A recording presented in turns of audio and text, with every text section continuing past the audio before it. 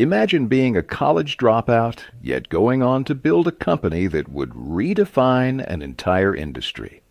Picture a young man obsessed with computers at a time when most people had never even seen one. While others saw technology as a niche hobby, he saw the future. This is the story of Bill Gates, the billionaire visionary who transformed how the world works, learns, and communicates. He wasn't just a software genius. He was a relentless thinker, a fierce competitor, and a leader who pushed boundaries to shape modern technology. But what made him different? What fueled his obsession? How did he rise to global influence? And what lessons can we take from his journey?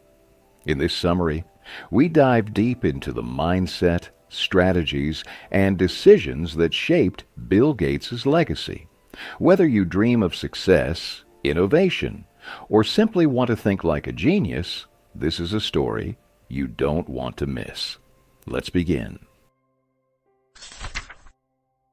The early life of Bill Gates. Bill Gates' journey to success was not a typical rags-to-riches story. He wasn't born into poverty, nor did he struggle financially in his early years. Instead, he grew up in an upper-middle-class family. But what makes his childhood remarkable is not where he came from, but the values and habits that shaped his thinking. His parents were strict about television. They did not allow their children to watch TV on school nights. But Gates hardly minded. He was never particularly interested in watching TV. Instead, his parents encouraged activities that stimulated intellectual growth, such as reading, engaging conversations, and playing mentally challenging games. Family vacations played an important role in shaping his competitive nature. The Gates family often traveled with other families, and one of the highlights of these trips was the mini Olympics they organized. These friendly competitions helped fuel young Bill's natural drive to challenge himself and compete with others. At school, his fascination with science and mathematics was evident.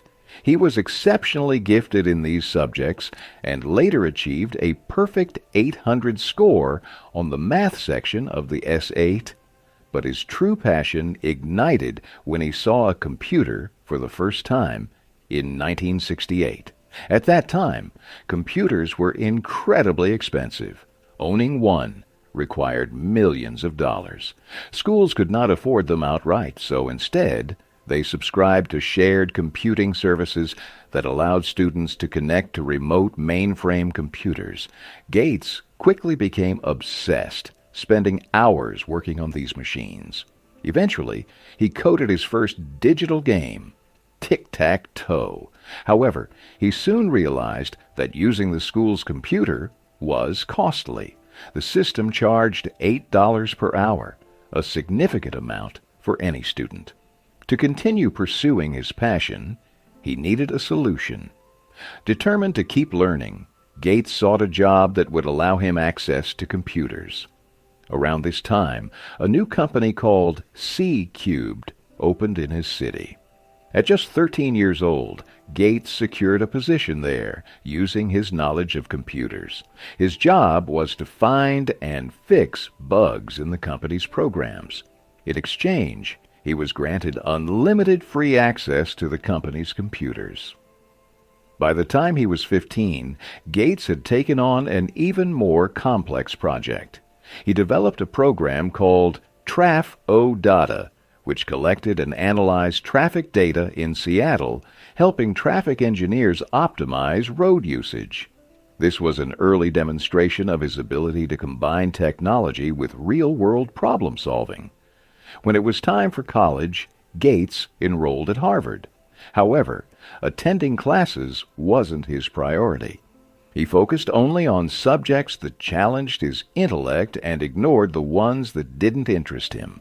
His true passion remained in the computer lab, where he spent countless hours refining his skills. His sharp memory and natural problem-solving ability helped him grasp programming languages faster than most. These early experiences played a crucial role in shaping Bill Gates into the visionary leader he would later become. His curiosity, problem-solving mindset, and relentless drive to explore the world of computers laid the foundation for his future success. Gates' heroes. Unlike most children, Bill Gates didn't have a long list of heroes, but the few individuals he admired left a deep impact on him. One of his earliest inspirations was Sir Isaac Newton, whose groundbreaking discoveries in physics fascinated him. Another was Leonardo da Vinci, a polymath whose curiosity and innovation resonated with Gates's own way of thinking. As he grew older, Gates found inspiration in business leaders like Henry Ford. Ford's ability to revolutionize the automobile industry was remarkable to him. However, Gates's admiration for Ford faded when he saw how Ford struggled to sustain his success. One figure who remained a constant source of inspiration for Gates was Warren Buffett. Their first meeting took place in 1991 at a party organized by Gates' mother. Despite coming from different industries, they connected instantly. They found they had much in common: similar humor, shared political views, and even a preference for the same kind of food. One of the most amusing moments from their friendship happened when they traveled to China together. Despite their immense wealth, they chose to eat at McDonald's. What stood out was that Buffett paid not with cash, but with a free meal voucher. His reasoning? Successful people never miss an opportunity to make the most of available resources. Gates took this lesson to heart. Even today, when faced with major decisions, he often asks himself, what would Buffett do? This mindset has guided him in both business and life, reinforcing the value of strategic thinking and resourcefulness. Microsoft. Opportunities are meant to be seized. If you fail to act at the right time, you risk losing something valuable. Bill Gates' big opportunity came in 1975 when his childhood friend and future Microsoft co-founder, Paul Allen, came across an article about a new machine called the Altair 8800. It was a simple box with flashing lights, nothing like the computers we recognize today. Excited by its potential, Gates and Allen decided to push the machine beyond its basic functionality. They envisioned a software program that could make it truly useful. To bring their vision to life, they approached Ed Roberts, the founder of Mietz, the company behind the Altair 8800. Gates boldly claimed that he and Allen had already developed software that could run on the machine, a statement that wasn't entirely true yet. This was a turning point. Gates managed to convince Roberts to let them demonstrate their software to the company's board of directors in just 6 weeks. The only problem? The software didn't exist yet. With time running out, Gates and Allen worked tirelessly to create it from scratch. On the day of the demonstration, Allen presented their newly built software to MITS. The board was impressed. This was something they had never seen before. MITS agreed to buy the software for $3,000, along with a share of future profits. This success fueled Gates and Allen's dream of starting their own company. At a time when the concept of a software company didn't even exist, they decided to create one. They named their company Microsoft, combining micro from microcomputers and soft from software. Later, they dropped the hyphen, and Microsoft was born, the company that would revolutionize the tech world. From the start, Gates was highly selective about hiring employees. He focused on fresh graduates, young minds not yet influenced by traditional corporate thinking. He wanted sharp, adaptable individuals who could immerse themselves in Microsoft's unique software development process. Working at Microsoft was anything but conventional. Employees often coded for days without a break. Gates himself believed that sleep is for the weak. He expected his team to work hard, but never more than he did himself. Managing the company while coding alongside his employees, he once went nearly 6 years, between 1978 and 1984, taking only 15 days off. Despite the intense work culture, Gates understood the importance of balance. He believed that allowing employees to take breaks kept them refreshed and productive. Microsoft's headquarters in Redmond was designed with recreational spaces for basketball, soccer, and other activities. A cafeteria remained open late into the night, ensuring that employees always had access to food during long work sessions. To foster team spirit, Gates also introduced microgames, an annual competition inspired by the mini Olympics he had enjoyed during childhood. This unique blend of competition, creativity, and relentless work ethic made Microsoft not just a workplace, but a breeding ground for innovation. Gates and intellectual property. What exactly is intellectual property? At what point does improving an existing idea cross the line into stealing it? These were questions Bill Gates wrestled with throughout his career. He believed there was a significant difference between copying and developing something further. If strict patents had existed in the early days of computing, the entire software and hardware industry might never have evolved. Fear of lawsuits would have prevented innovation and discouraged people from refining existing ideas. Gates had zero tolerance for outright theft. He was especially critical of amateurs who illegally copied Microsoft software. Some people believed that while hardware needed to be purchased, software should be freely available to everyone. Gates strongly disagreed. He argued that this mindset robbed software developers of their rightful earnings. If creators weren't paid for their work, they would eventually stop developing software altogether, hurting the entire industry. One of the most famous intellectual property disputes in tech history was between Apple and Microsoft. When Microsoft launched Windows, Apple accused them of stealing their graphical user interface. The legal battle stretched on for years, but in the end, Microsoft won. Gates defended Microsoft's position by pointing out that neither company had actually invented the graphical interface. Xerox had done it first. Both Apple and Microsoft had built upon Xerox's work, refining it into something more advanced and accessible. Gates argued that Microsoft hadn't stolen anything. They had simply developed and improved an existing idea.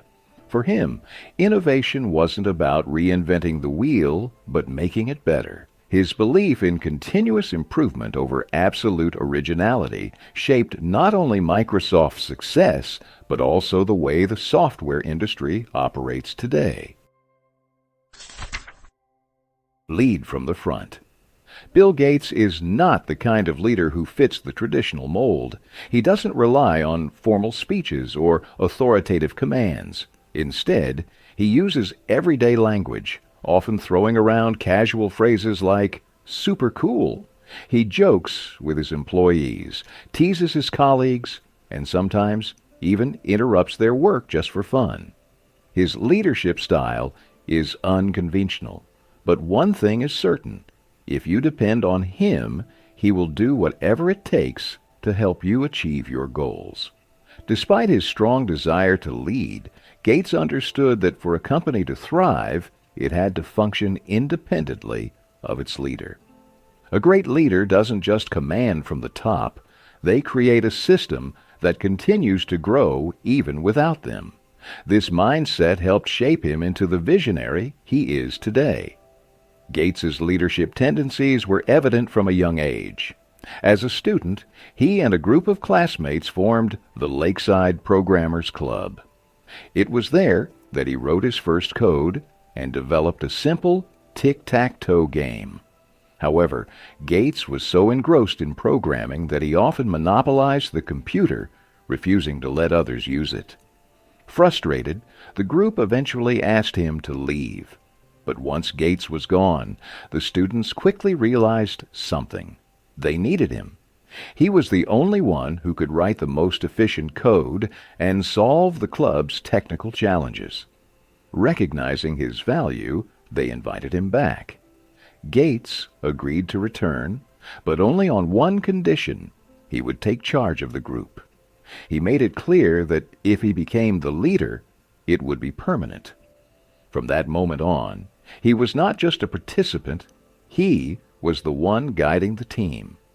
This early experience shaped his leadership philosophy.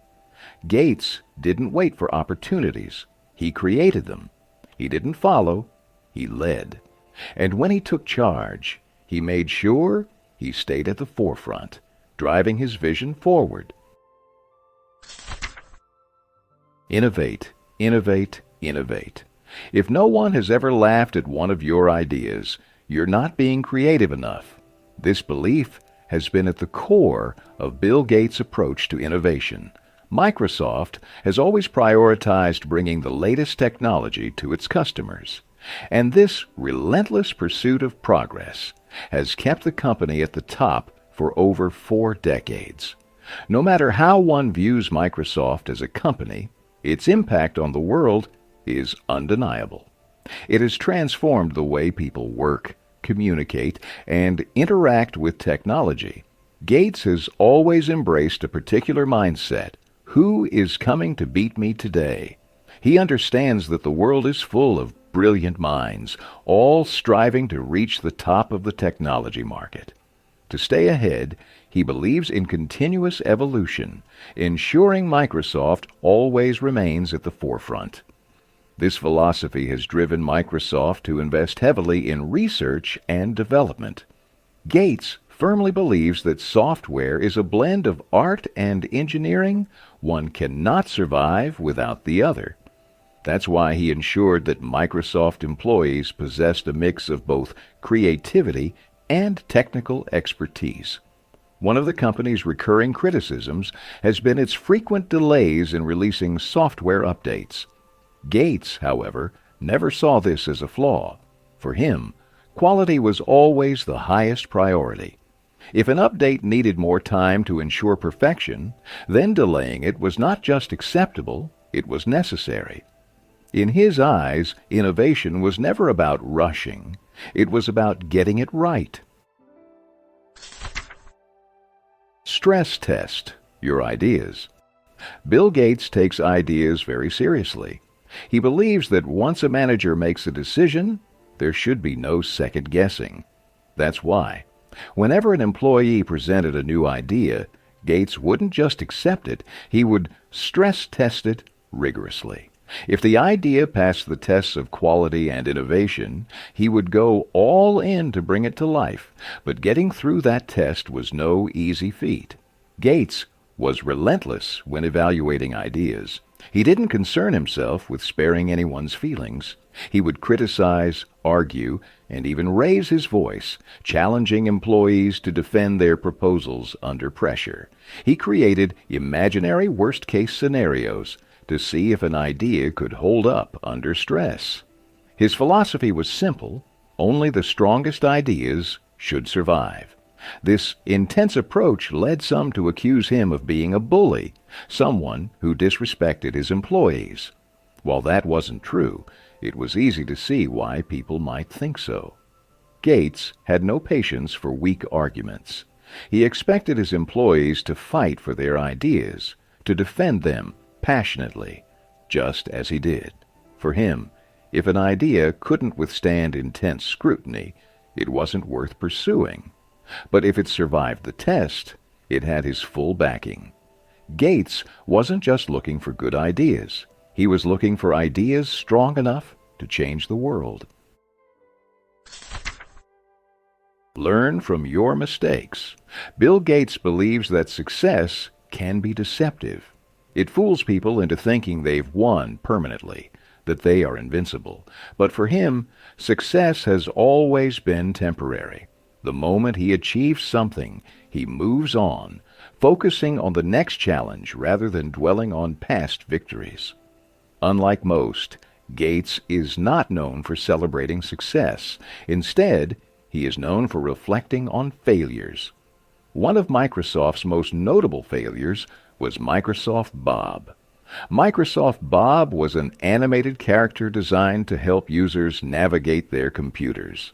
However, the program was so sophisticated that it required high-end hardware to function properly. The market wasn't ready for it. Users disliked it, and Gates realized he had made a crucial mistake. He had introduced software that the world simply wasn't prepared for. Another major lesson came from Microsoft's near failure to recognize the importance of the Internet. When the Internet was first introduced, Microsoft ranked it as just the company's fifth or sixth priority. Fortunately, Gates had a moment of realization. He saw how the Internet was going to revolutionize everything, and Microsoft was dangerously behind. Instead of panicking, he took decisive action. He sent an internal memo to all employees, declaring that the Internet was now the company's top priority. Within months, Microsoft launched Internet Explorer, their own web browser. It went on to become the most widely used browser in the world for years, proving that even in the face of mistakes, quick adaptation and learning could turn things around. For Gates, failure is not something to be feared. It is something to be learned from. And in the fast-moving world of technology, the ability to adapt is what separates true innovators from the rest. The story of a rivalry. Bill Gates' competitive spirit was one of the biggest driving forces behind Microsoft's success. He had an unrelenting desire to win, whether it was a simple game of chess or an all-out battle against Apple. His hunger for success constantly pushed him forward. Steve Jobs wasn't much different. In many ways, their backgrounds were strikingly similar. Both were young visionaries from the U.S. who saw glimpses of an extraordinary future before the world did. Both were fiercely controlling leaders, and both entered a rapidly evolving tech industry at a time when innovation was reshaping the world. It was only natural that they would become rivals. However, there were fundamental differences between them. Gates focused on developing products for the existing business world, while Jobs was more concerned with creating for those who thought differently. Gates prioritized functionality, how well a product worked, whereas Jobs obsessed over aesthetics, design, and user experience. Their rivalry wasn't just professional, it became personal. Jobs took every opportunity to criticize Gates and Microsoft, even dragging them into court. The most famous legal battle occurred when Apple accused Microsoft of stealing its graphical user interface while developing Windows. Despite this, both Gates and Jobs knew the market was big enough for them to coexist. They understood that their fierce competition had made both Microsoft and Apple stronger. In the end, it was a battle with no true losers, only two companies pushing each other toward greater heights. Despite decades of rivalry, they also shared a complicated friendship. Near the end of Jobs' life, Gates visited him at his home. They reminisced about their early days, their battles, and how their rivalry had shaped their companies. They both acknowledged that their competition had played a crucial role in their mutual success. This story serves as a reminder. Rivalry fuels competition. Competition gives purpose, and purpose leads to success. Family. Bill Gates was never the kind of person who charmed others with a warm smile or planned romantic getaways. Instead, he spent most of his time in front of a computer, coding for hours on end. This wasn't exactly the ideal way to build relationships. Yet Gates was athletic, intelligent, and confident. qualities that naturally attracted some women. One of his most well-known relationships was with Anne Winblad, whom he dated for 3 years. However, they eventually parted ways because Gates wasn't ready to turn their relationship into marriage. This wasn't surprising. A man like Gates was always focused on pushing his company forward. He knew that marriage was inevitable at some point, but he wasn't in a hurry. He believed that when the time came, the woman he married would have to be someone truly special. That special person turned out to be Melinda French. Just 4 months after Melinda joined Microsoft, she attended the New York Trade Fair with Gates. Her intelligence and sense of humor caught his attention, and she, in turn, was pleasantly surprised to find that Gates was much funnier than she had expected. But their romance didn't take off immediately, and there's an amusing story behind it. When Gates first asked Melinda out, he casually suggested a date 2 weeks later. Melinda wasn't impressed. She had expected something more spontaneous and special for a first date.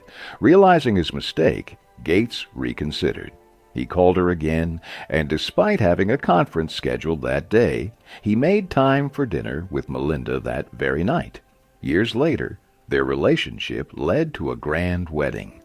Despite his intense work ethic, Gates always knew how to balance his career and personal life. He prioritized his family above everything else. He believed in raising his children with a sense of normalcy, which is why he decided to donate most of his wealth to the Bill and Melinda Gates Foundation rather than leaving it all to his kids. He ensured that his children received the best education and upbringing, but he wanted them to carve their own paths rather than rely on his fortune. Gates believed that true success wasn't just about making money. It was about understanding the importance of family. After all, what's the point of achieving success if you have no one to share it with?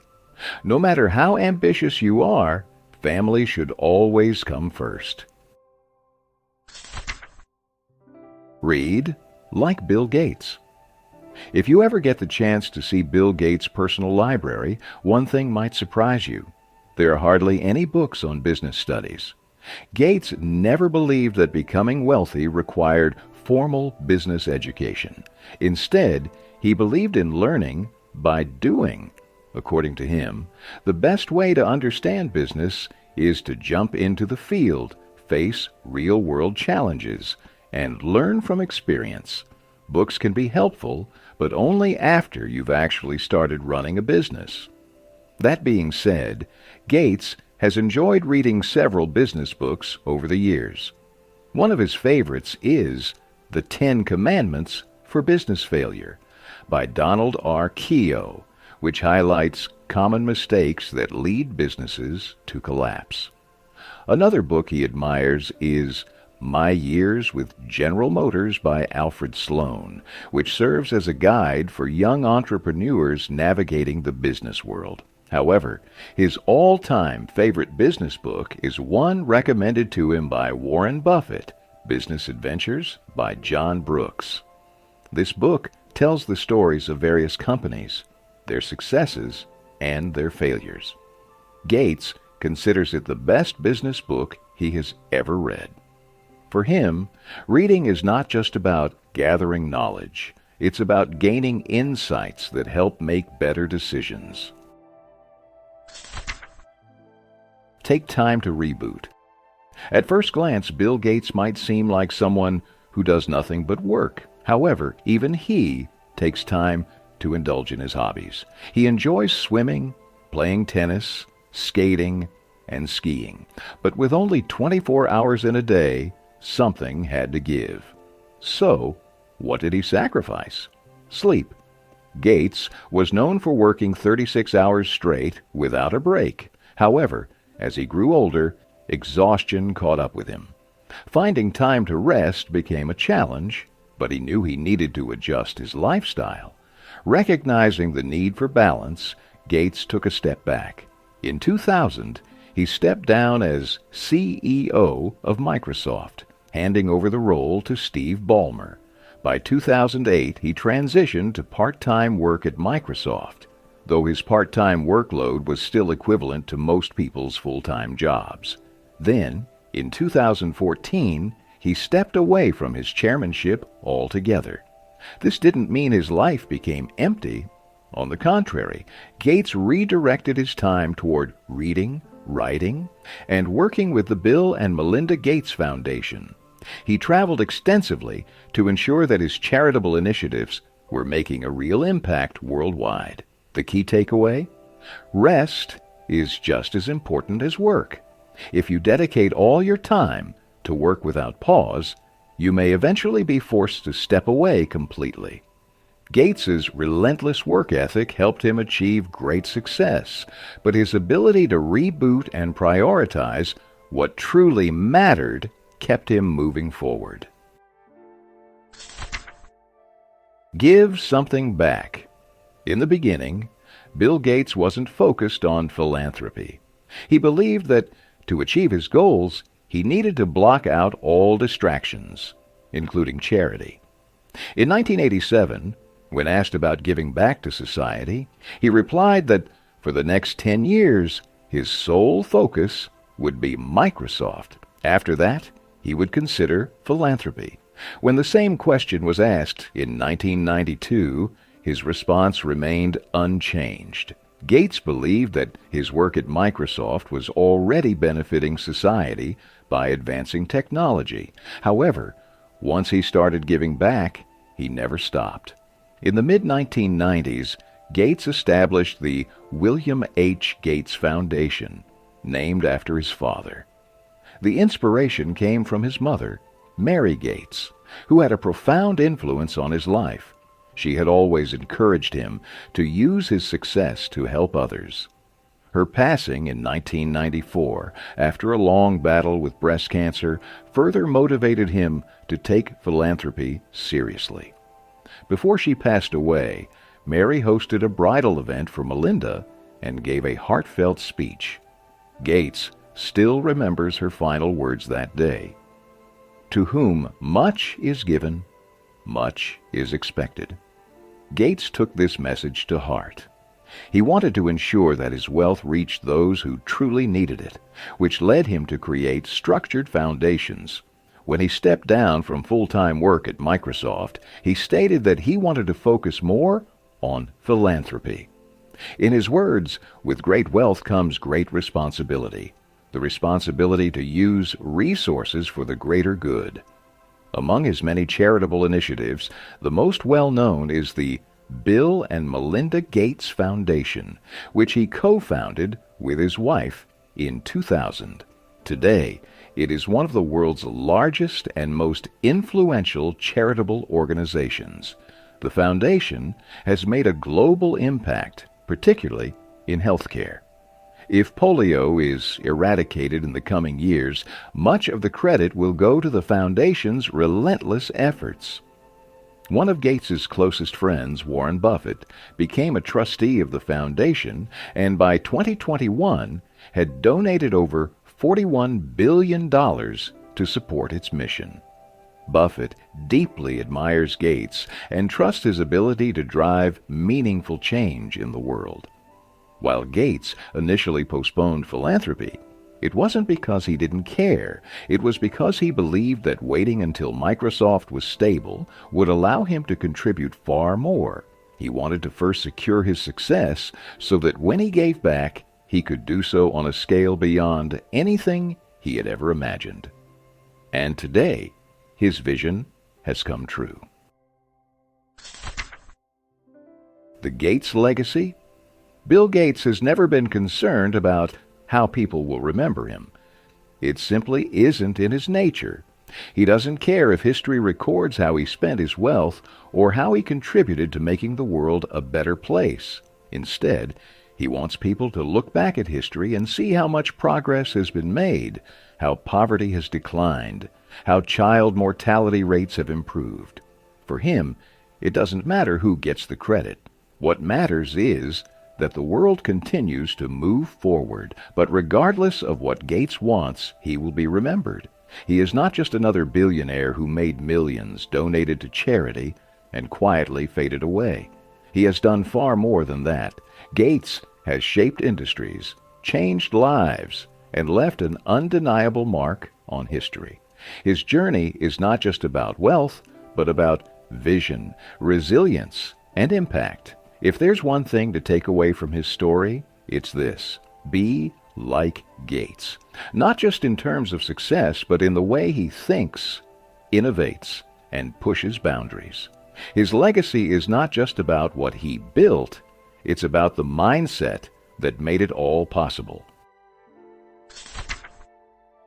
Conclusion. From a young age, Bill Gates had an intense passion for software and technology. He grew up in an environment that fueled his desire to compete, push boundaries, and challenge the status quo. Starting Microsoft was no easy task for him and his best friend, Paul Allen. They promised to deliver software that didn't even exist yet, but within 6 weeks, they not only built it, but successfully presented it. Their relentless effort paid off. Gates has always been a strong believer in intellectual property. He understood the difference between stealing and developing. He argued that improving an existing idea to make it better is not theft, it's innovation. One of the biggest lessons we can learn from Gates is the importance of leading from the front. It's crucial to prove your value to those around you. Otherwise, failure is inevitable. Stress testing ideas, putting them under pressure, and learning from mistakes are all key ingredients of success. And at the heart of it all lies innovation. In a highly competitive world, survival depends on mastering these principles. In the end, Gates's legacy will endure. He never cared about being remembered for his contributions. He simply wanted to make the world a better place. Yet whether he seeks recognition or not, history will always remember him as a true visionary, an innovator, and a real hero. Bill Gates' story is more than just a tale of success. It's a lesson in vision, determination, and continuous learning. His journey proves that innovation, resilience, and a hunger for improvement are what truly set great minds apart. What's your biggest takeaway from this summary? What inspired you the most about Bill Gates' way of thinking? Let me know in the comments. If you enjoyed this audiobook summary, don't forget to like, share, and subscribe for more insights from the world's greatest thinkers. Keep learning, keep growing, and always challenge yourself to think bigger. Until next time, stay curious and stay inspired.